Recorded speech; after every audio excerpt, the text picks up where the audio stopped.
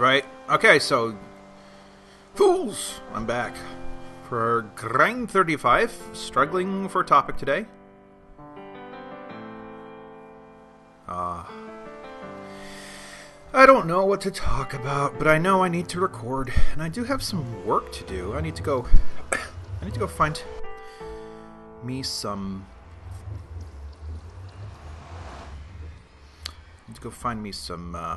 clay that I made recently. Work on the road a little bit more here.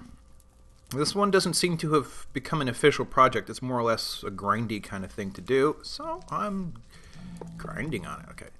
So,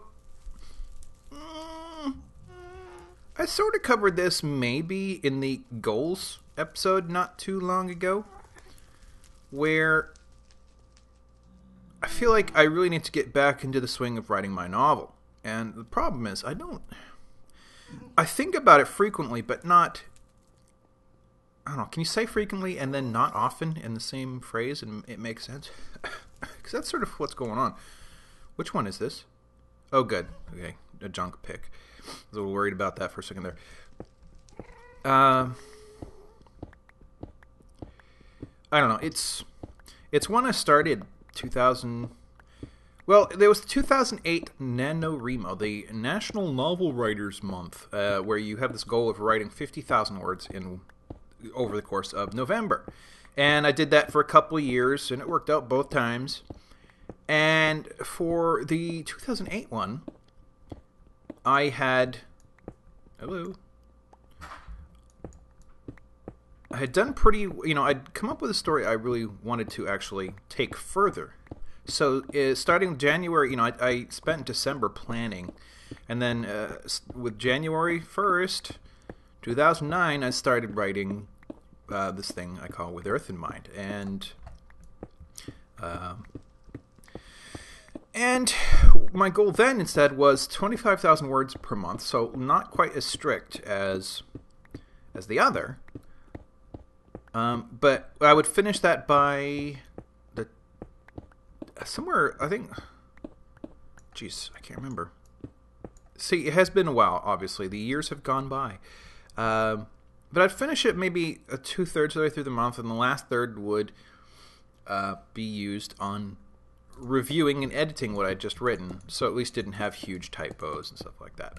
And that worked out pretty well. Every single month for 5 months straight, I accomplished this goal until I had 125,000 words, which effectively created 5 episodes of content where each episode was 5 chapters long each, and it was way too numeric because each chapter was about 5,000 words, give or take here, but they averaged out to 5,000 words. It was very, very numeric. And then the whole novel was essentially a palindrome because there were 3 characters, Bach, Haley, and Chloe, who were main characters, so to speak. And I have to do something about this as well. Well, I gotta make more of the metal stuff first. So, I don't know, I can do this part. And each of them got a chapter. Each episode... Actually, no, let me rephrase that. Each episode was from one of their perspectives. And since there were...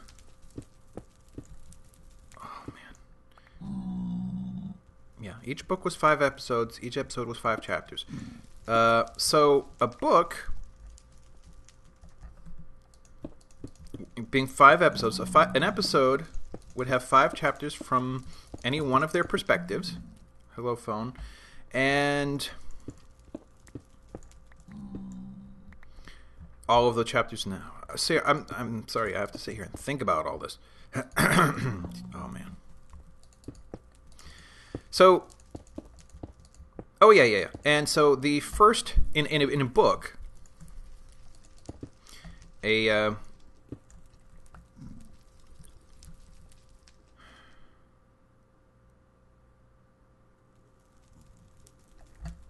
that's right. Yep. Okay. Sorry, I really do have to think about this. There were 5 books. of 26 episodes. So all but the central one basically was 6 episodes. All the others were 5, and each book would be mostly from the perspective of one of the characters. So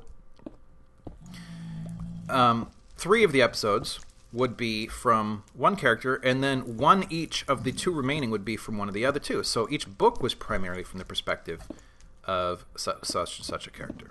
And the first one was from Bach. So he got the first, third, and 5th episodes in what I had already written. And then Haley got the one after him, and Chloe the one before the episode concluded. And that worked all right for the first book. But then the second book was going to be mostly Haley, so it would then be Haley, Bach, Haley, Chloe, Haley. And then the third one, because Haley is sort of like 3/4 of a main character. I'm sorry, Chloe? What did I say?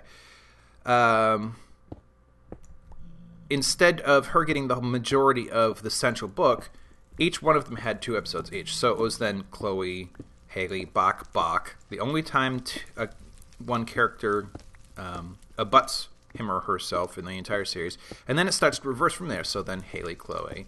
And then Haley, Chloe, Bach, Haley, Bach, Haley. And then Bach, Haley, Chloe, Bach, Haley, Bach. So, it's just...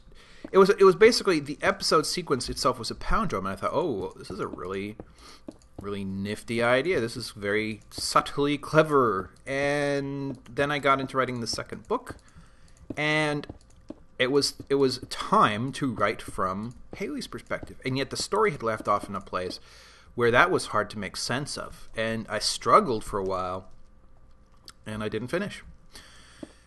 And now I also started to realize that while this is a little bit of an epic story, it didn't necessarily need to be 5 books long. 3 ought to cover it. So at that point, I got to where it was obvious that what I needed to do was rewrite, like start over.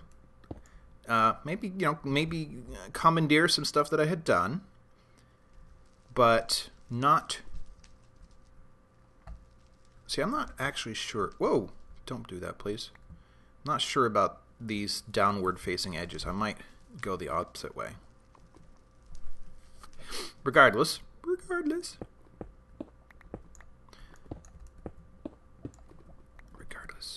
So, I have been meaning to pick this pen back up. Excuse me now, please. And continue writing for years. And apparently all that time has gone and disappeared on me. So it's something I mean to do this year. It's not a resolution. I don't do resolutions.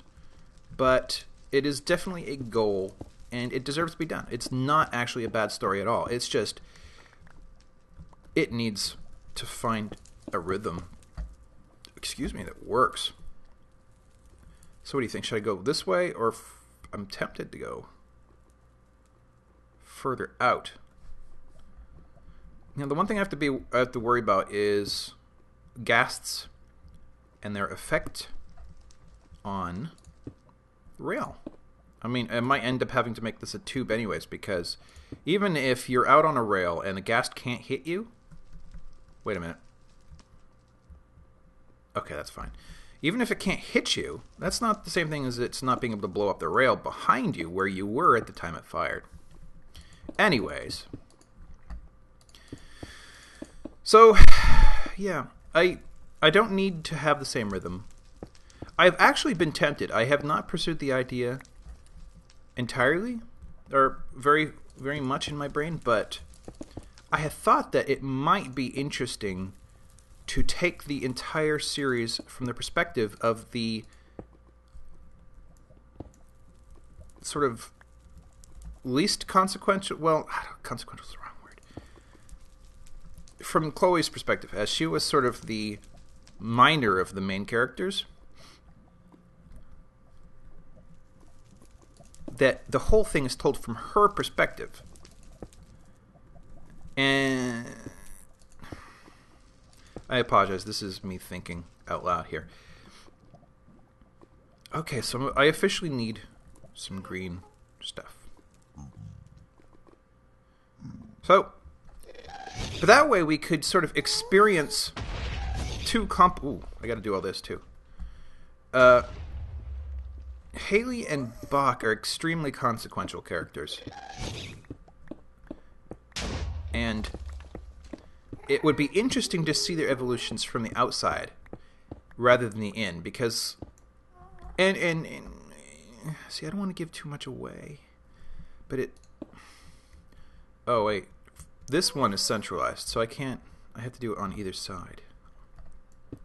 I've already done some work over there, so I actually have to remove all this and do this. So I really ought to work on that this year. I haven't started yet. It's you. How do I put this? It's not that hard to do. Nice. Let me get out of sight. It's once you get started in any given day for writing, you can actually make good progress. The hardest part in my experience has been starting. You can get stuck definitely from time to time. That happens. You just sit there and stare at your screen for a while, wondering what the heck's going on inside that narrative of yours, but overall, getting started is the hardest part, and that's what I haven't been doing lately, is getting started. So I have to do it more. Actually, piss off. I don't want to talk to you right now. These stairwell parts are actually intended to be, actual stairwell parts. I've thought maybe the stairwell should be in the center, but I don't think it's... Oh, come on, leave me alone. It works better than it used to.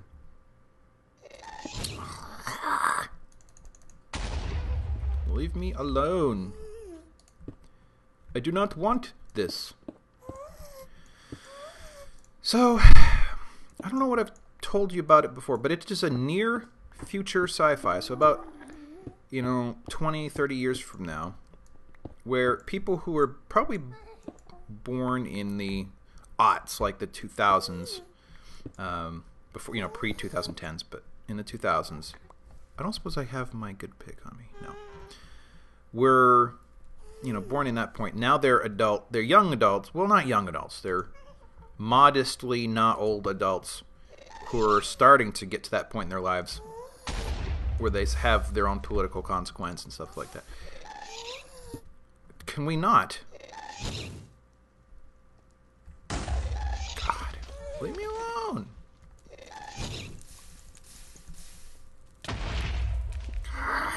Oh, I gotta eat. And it deals a lot with my concern over climate change, our current political and economic environments, which are suicidal at best, and how they all combine together. And I want to sort of make it plain how dramatic and dangerous the issue is, while at the same time offering up a possible solution that may be hopeful. So, but I really want to lead you through, as the reader, I want to lead you through kind of suffering the consequences that we are already starting to suffer. Some of these things have come true since the time I started writing this, which is some of the good things and some of the bad things have come true. Has been coming true before I'm even ready. It's like, oh my God, this wasn't supposed to be happening for 20 years. The same thing Al Gore went through. And he did a lot of predictions. People called him doom and gloom man. And then some of his stuff came true, except worse than he predicted. So, not as gloom and doom as he should have been, apparently. Cat, do not do that. Psst. No. Psst. Out. Psst. Get out of it.